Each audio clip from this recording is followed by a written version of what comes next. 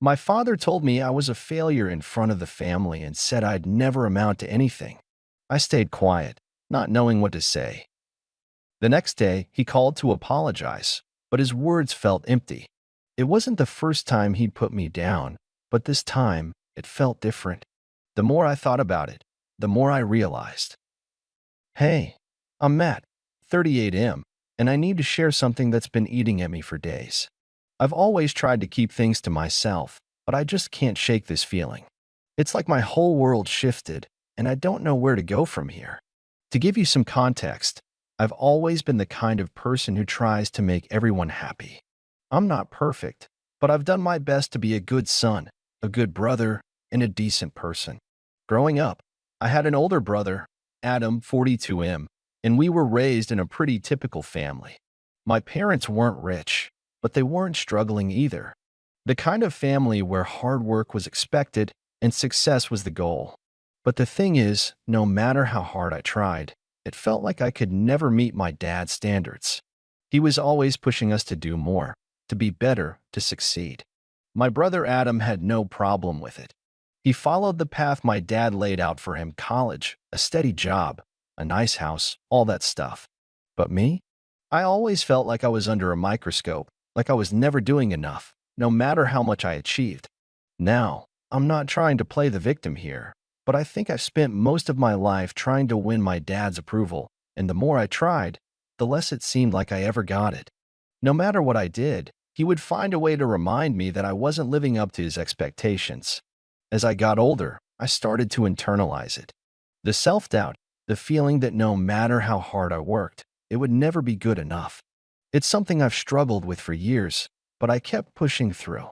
So, a few days ago, we had a family dinner at my parents' house. Nothing special, just a regular Sunday meal, with the usual assortment of family chatter. Adam and I arrived at the same time, and we sat down with our parents, the whole group together. It was supposed to be a nice evening, but I should have known better. The conversation was flowing, everyone catching up on life, talking about work, the kids, and all the usual stuff. And then, out of nowhere, Dad dropped the bomb. "Matt," he said, his voice casual but pointed, "I don't know why you keep trying so hard with that business of yours. You're never going to make it. You'll never amount to anything, and it's honestly sad to see you waste your time." I don't think anyone saw it coming. There was this thick silence that filled the room as soon as he said it. I looked around, and I could feel the tension rising. Adam just kept eating, not even looking up from his plate. It was like he didn't care, or maybe he was used to it. But me? I felt like I had been slapped across the face. I didn't know what to say. My mind went blank. I wanted to respond, to defend myself, to argue that he was wrong, but I couldn't. I felt like all the air had been sucked out of the room, like I couldn't breathe.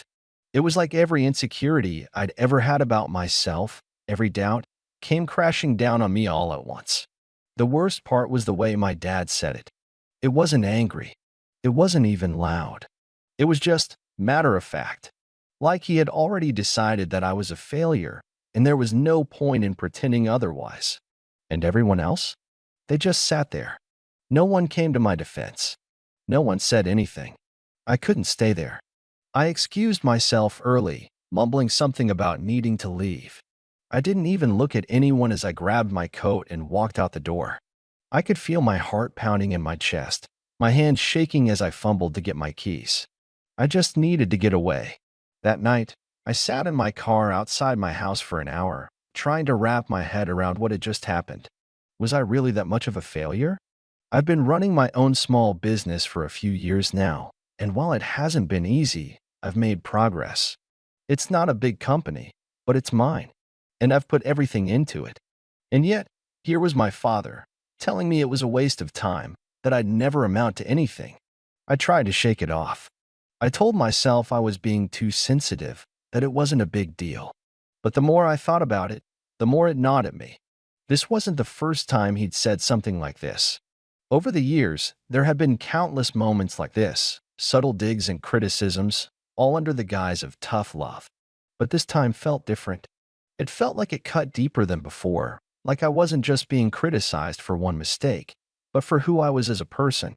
The next morning, I woke up to a missed call from Dad, followed by a voicemail. It was strange. He never calls that early. Matt, I just wanted to apologize for what I said last night. His voice was awkward, like he didn't quite know how to put his words together. I didn't mean it. You know I'm just tough on you because I want the best for you. You'll figure it out, okay? It wasn't the first time he'd apologized like this. I'd heard it before. But this time, it didn't feel real. His words felt empty, like he was just saying them because it was the right thing to do, not because he actually felt bad. It was like he expected me to just brush it off and move on, like I always had. But something inside me snapped. For the first time, I didn't want to let it slide. I didn't want to play the part of the forgiving son anymore. I didn't want to be the person who always accepted the apology and pretended everything was fine. That's when I started thinking maybe it was time to stop being the one who always took the blame. Maybe it was time to stop playing by his rules, to stop letting him dictate my worth. But what did that even look like? What could I do that would finally make him realize that I wasn't a failure?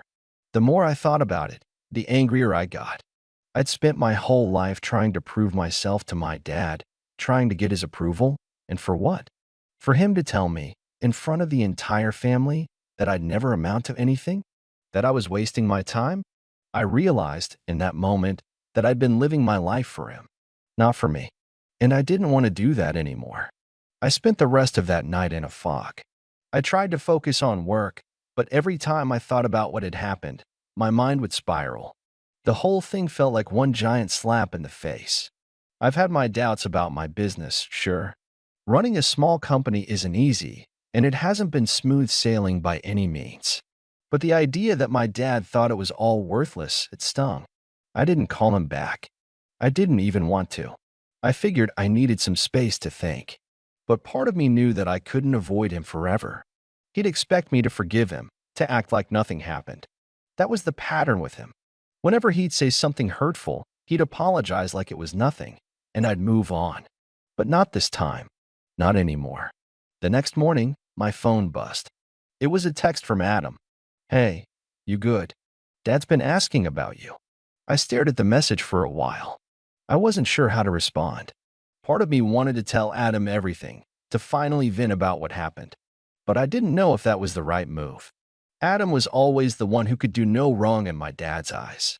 He was the golden child, the one who followed the path laid out for him, and always made Dad proud. He didn't understand what it was like to be in my shoes. Still, I decided to reply. I'm fine. Just needed some time. Not sure what to say to him yet. A few minutes later, my phone buzzed again. Matt, Dad's not the best with his words, but he's your dad. He didn't mean it. He's just hard on you because he wants the best for you. You know that, right? I read the message, and it felt like a punch to the gut. It wasn't just Adam defending Dad. It was the fact that Adam always defended him, no matter what. And it made me realize something. Adam had no idea what it was like to be me. He'd never been the target of Dad's cruel remarks. He didn't have to deal with the constant pressure of being told you'll never be good enough. So, yeah, of course, he couldn't understand. But that's when it hit me. Maybe I didn't need my dad's approval anymore. Maybe I'd been so obsessed with trying to get him to see me as good enough that I hadn't stopped to think about what I really wanted.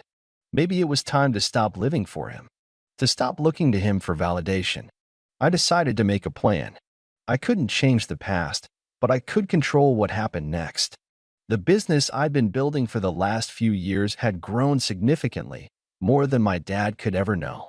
I'd been working hard, silently pushing it forward. It wasn't just some hobby or waste of time, as he liked to call it. I'd been getting real clients, making real money, and my reputation was growing. But I kept it under wraps for a reason. I didn't want to deal with his criticism, so I hadn't told him about it. I started putting the pieces together. I began gathering documents, pulling together the financials, preparing a presentation. I wasn't going to give him the chance to dismiss it like he always did. This time, I was going to show him just how wrong he was. I was going to make it clear that I wasn't the failure he thought I was. But then, just as I was starting to feel like I might actually have a shot at showing him who I really was, Dad called again. This time, it was an actual call, not a voicemail. Matt. His voice was strained, like he was nervous. I've been thinking a lot about our last conversation. I just want to say, I'm sorry. I didn't mean what I said. You're my son, and I want you to be successful. I just, I just don't want to see you waste your time. I didn't know how to react. Part of me wanted to hang up. It felt like he was just saying what he thought I wanted to hear. The same old empty apology. But another part of me wanted to believe that maybe, just maybe, he was actually trying. That maybe he was finally getting it. But I wasn't sure anymore. I wasn't sure if I wanted to keep hoping that he'd change, or if it was time for me to stop seeking his approval altogether.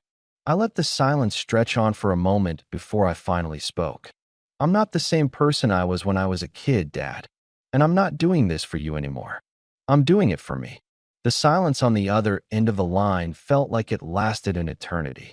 I could hear Dad breathing, trying to gather himself, trying to figure out how to respond to what I'd just said. But I didn't want to make it easy for him anymore.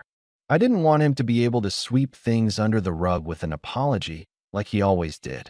Matt, he said, his voice soft but sharp with the underlying irritation that I was no longer swallowing his words without question. What are you trying to say? You're overreacting. You know I only want the best for you. I wanted to scream.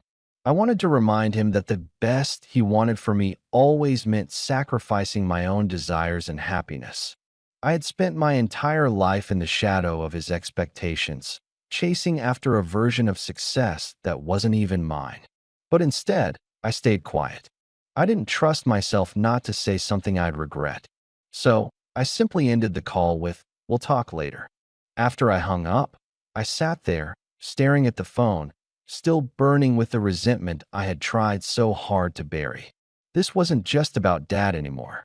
It was about the whole family, my mom, Adam, even my aunt and uncle who were always quick to chime in with their well-meaning advice. I didn't have to think too hard to know how they'd react to me standing up to Dad. I'd seen it all before. Mom would insist I was just being sensitive. Adam would play the middleman, trying to smooth things over, pretending like everything could go back to normal. But what I had realized, more than anything, was how much they had taken me for granted. They never understood the toll it took on me to live under Dad's thumb. And then I remembered something. Something that could finally give me the edge I needed. For the past couple of years, I'd been quietly building up my business, hustling in the background without their knowledge. I hadn't told them a single thing about the success I was seeing. They would never get it. They'd always assume it was just some pipe dream, a hobby, or something I was dabbling in. But what if it wasn't just about proving them wrong anymore? What if it was about showing them that I didn't need their approval or validation to be successful? That was the turning point for me. I had nothing to prove to them. That night, while I was sitting in front of my computer, preparing a presentation for potential investors, I got a message from Adam. "Dad's really upset, Matt. He said he's trying to understand, but he doesn't know where this attitude is coming from. He doesn't understand why you're being so distant." That message felt like a slap. My brother always played the role of peacekeeper. He didn't get it. He had no clue what it was like to be constantly compared to the golden child, to have everything you did seem second-rate or dismissed. He had his own path laid out for him, and he stuck to it. No questions asked. I took a deep breath and typed out a response. "Adam, I'm not distant. I'm just done pretending. Dad's been putting me down my whole life, and you all just let it happen. He doesn't see me as his equal. He sees me as something to control, and I'm done with it." I hit send and sat back, wondering if I'd finally said something that would make him understand. But no, his response came in almost immediately. "Matt, that's not how Dad sees you. I get it. He's harsh sometimes, but he wants the best for you. He's your father. He loves you." I stared at the message, fighting back a wave of frustration. Wants the best. That's what they all thought. They all believed his actions were just tough love. But it wasn't love. It was control. And I wasn't the only one who saw it that way. When I didn't respond right away, Adam followed up with a voice message. "Matt, I get that you're upset, but you need to stop being so stubborn about this.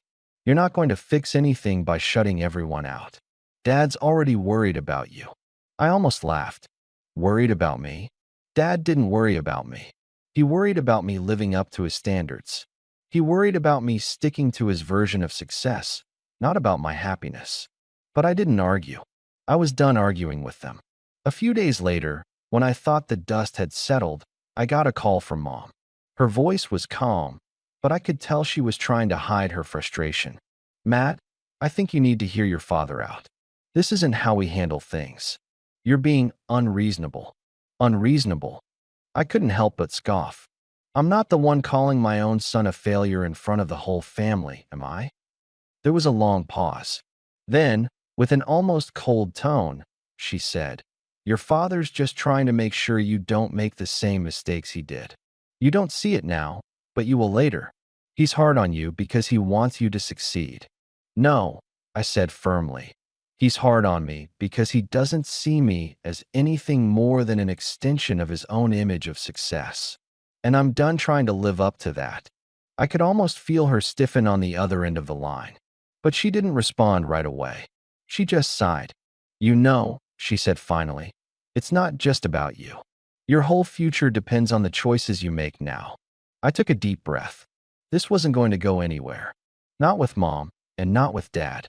So, I ended the call, feeling the weight of everything settle on my shoulders. They weren't just trying to control me. They were trying to control my future, and I had been playing along with it for far too long. Update. After that conversation with Mom, things didn't get any easier. If anything, they got worse. The tension in the house was palpable every time we were all in the same room. Dad's passive-aggressive comments became more frequent, and Adam, caught in the middle, kept trying to mediate, but it was like a broken record. He'd send me messages asking me to calm down or just talk to Dad, but he didn't get it. He never would. I wasn't upset over the things Dad said anymore. I was angry that they thought I would just let it slide. I could see where this was heading, and it wasn't good. Dad was getting more frustrated with me. Mom was blaming my attitude, and Adam kept sending me guilt-trip texts about family and how we all need to stick together. It felt like they were all ganging up on me, not even considering how much I had sacrificed just to make them happy. So I did it. I made the decision to put my plan into motion. I had been holding back, trying to keep the peace, but I was done being silent. I spent the next couple of weeks gathering everything I had built up with my business, financial records, testimonials from clients, projections for the future, and I set up a meeting with a few investors. I knew that the time had come for me to show them that I wasn't a failure. I wasn't just some kid who couldn't figure things out. And that's exactly what I did. I set up a meeting with a potential buyer for my company. I knew that if this went well, the family would have no choice but to respect what I had built. They wouldn't be able to ignore it anymore. They could no longer call me a failure if I had this kind of success to show for myself. When the deal went through, I finally felt the weight lifting off my shoulders. For the first time in my life, I wasn't trying to gain their approval. I didn't care if they saw my business as a fluke or if they continued to call it a waste of time.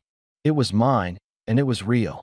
I didn't immediately tell anyone about the deal, but eventually, I had to.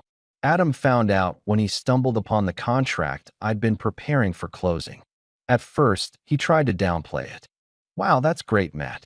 But Dad's going to be pissed you didn't tell him. And I was just tired. Tired of pretending to care about their opinions. I called Dad later that day. I made the deal, I told him. It's done. There was silence on the other end. For the first time in years, I could hear the shock in his voice. What deal? He asked, almost accusingly. The business, I said, my voice calm. I've been working on it in the background for a while now. You didn't know because I didn't think you'd take it seriously. But I'm selling it now. It's worth more than you ever gave it credit for. His response was cold. I see. And now you think you can just walk away from everything. I didn't respond right away. What was there to say? He wouldn't understand. It wasn't about walking away from my family. It was about walking away from the expectations they set for me. Expectations that never made room for me. So here I am now, a few weeks after everything has unfolded. The sale is complete, and I've got the financial stability I needed to move forward. But the family? They're still stuck in their ways. My dad's been distant, and Adam's been trying to get us to talk. Mom's sending me passive-aggressive texts about family being more important than money. The thing is, I'm not sorry for what I did. I'm proud of what I've built. But I can't help but feel a little guilty for how things turned out. Did I do the right thing? Should I have tried harder to keep the peace with my family? Or was this the only way for me to break free from their control? So, Reddit, am I the a-hole here? Did I go too far? Or did I just finally stand up for myself? I really need some perspective on this, because right now, I'm feeling a mix of relief and regret. If you enjoyed the story and want to hear more like this, make sure to like and subscribe. Leave a comment below with your thoughts. Do you think Matt was right to stand up to his family? Or was there a better way to handle things?